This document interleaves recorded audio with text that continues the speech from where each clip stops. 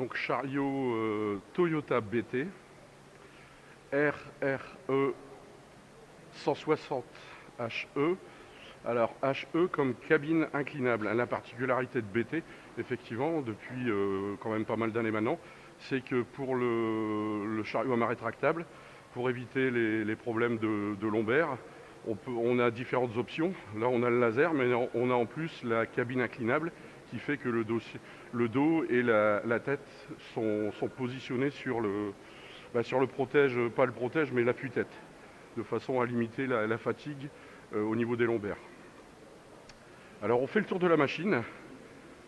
Donc historiquement, réflexe, moi j'ai essayé le tout premier réflexe il y a plus de 20 ans, 22, 23 ans de ça. Et ce qui est bien, c'est qu'on va pouvoir voir l'évolution de la machine sur 20 ans. J'en avais essayé il y a quelques années aussi, ça avait déjà bien évolué. Et là, on va voir un peu ce que ça donne par rapport aux anciennes machines. Voilà, hein, donc on a la partie devant, la partie fourche, matriplex, dose recharge. Donc l'accessibilité aux postes de conduite, donc il faut dire que c'est un chariot à batterie lithium. Donc ils n'ont pas adapté le châssis par rapport à la batterie lithium, ils lestent le coffre batterie parce qu'effectivement la batterie lithium est beaucoup plus légère.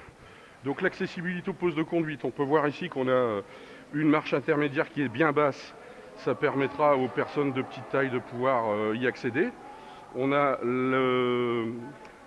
la poignée d'accès et surtout ici, particularité aussi BT Toyota, c'est la colonne de direction qui est inclinable. Donc on va la relever pour pouvoir y accéder facilement. Voilà. On la rabaisse. Alors tout ça c'est réglable, hein. La profondeur de la colonne de direction, son inclinaison, l'inclinaison du volant. Ici, on a un accoudoir au bout duquel on aura donc les mini leviers pour le distributeur avec l'inverseur de marche, l'avertisseur sonore. Donc tout est sûr au niveau de la main droite. Et là c'est pareil, on peut le régler en hauteur, en profondeur par rapport à la taille de l'avant-bras du cariste. Donc on va pouvoir démarrer. Donc vous voyez le display, il est assez sympa, hein. Je vais lever la fourche. On a un altimètre donc et la cabine s'incline. Et alors chose extraordinaire, mais ça sur l'essai précédent BT il l'était déjà, c'est bien sûr la vitre blindée au niveau du protège conducteur qui nous permet d'avoir une super visibilité en gerbage. On a ici, comme vous voyez, on peut régler l'inclinaison de la fourche, donc retour automatique en appuyant sur un tout petit bouton qui est là en dessous de l'accoudoir. De même pour le recentrage du tablier, automatiquement avec le bouton ci-dessous. Et on va pouvoir démarrer l'essai. Alors l'inverseur de marche ici, un coup de poutre, une pichenette sur l'inverseur de marche.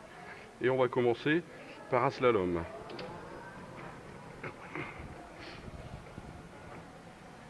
Alors la direction très souple. Et là déjà d'emblée, bon j'ai fait un petit test avant de démarrer l'essai. Ce que je reprochais au tout premier réflexe quand il est sorti il y a un peu plus de 20 ans, c'était aussi la stabilité latérale. Il n'était pas très stable. Un virage grande vitesse, on était vite dans les décors et la direction faisait un bruit assez assourdissant. Ça pouvait à la longue gêner le cariste. Là non, la direction on l'entend pas, on n'entend pas la pompe, hein. Donc tout va bien. C'est d'une super maniabilité. Et la belle surprise, c'est justement la stabilité latérale de la machine. On va aller donc effectuer un gerbage là devant, Paletier. Donc on est au centre de formation BT France à Bussy-Saint-Georges. Donc il y a la formation, il y a bien sûr le service marketing, le service commercial, etc. Hein, c'est la vitrine de la marque. Mais ici, sur ce site, il y a aussi les formations CACES. Donc bien sûr pour ce type de chariot CACES 5 bien évidemment. On va la remettre.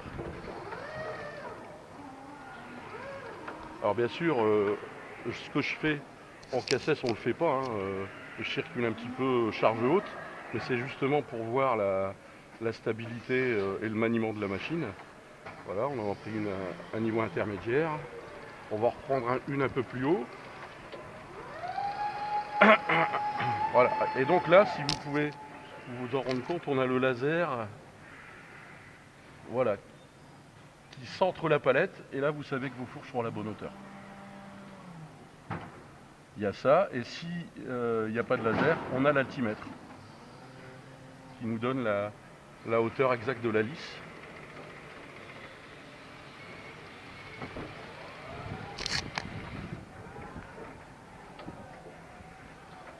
Voilà.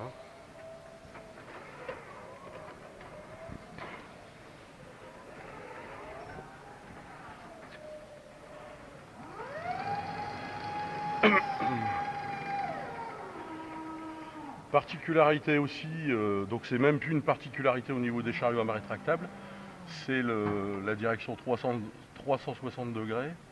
Et alors je ne sais pas si je me trompe ou pas, je ne crois pas me tromper, mais je pense que BT a été précurseur au niveau de cette direction 360 degrés, qui, je rappelle, quand elle est bien maîtrisée, évite les inversions de marche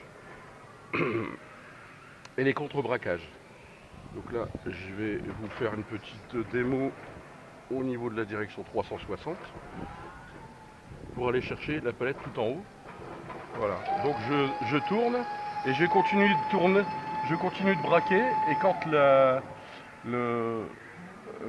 direction, le point de direction où il y aurait une butée mécanique par exemple, arrive en butée.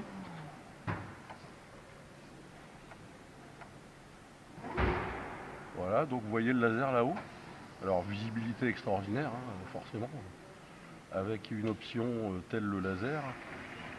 Voilà, et là je descends et ma cabine va se redresser à l'horizontale un tout petit peu avant la levée libre, sachant que on peut paramétrer, là c'est le technicien qui me l'a dit, on peut paramétrer la vitesse, enfin pas la vitesse, mais le moment de déclenchement de l'inclinaison cabine.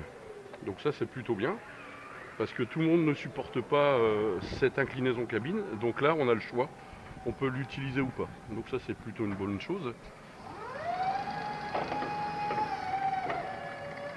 Voilà, moi j'ai ma cabine qui s'incline. Alors faut être habitué, parce que avec la cabine inclinable, on peut perdre les points de repère par rapport à ce qu'on fait habituellement. Donc il faut un petit peu d'entraînement. Voilà. Par contre, ouais, la visibilité extraordinaire. Hein. Voilà.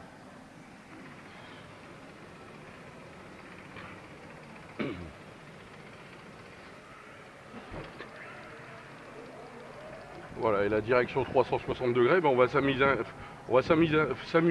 petit peu avec. Et si je regarde ma main, je tourne toujours dans le même sens, mais mon chariot va dans l'autre sens. Donc quand il arrive sur la butée imaginaire mécanique, je dirais, eh ben on repart dans l'autre sens. Donc en fait le chariot va tout le temps... c'est un peu comme les autotamponneuses. Quand vous étiez gamin sur les foires au manège, eh ben c'est exactement le même principe. Là par contre, en termes de productivité, on va gagner largement. Allez, une petite dernière parce que j'ai beaucoup de plaisir à utiliser ce chariot.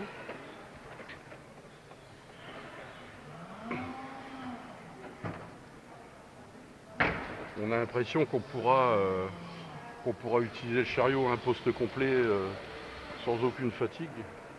Franchement, c'est... Après, je suis pas surpris. Hein, BT, Toyota BT, ça a toujours été du matériel. Donc, pas très stable les tout premiers, mais ça a vachement évolué. Et c'est ça l'intéressant de ce test, c'est de pouvoir comparer les deux versions à 20 ans d'intervalle, un peu plus même.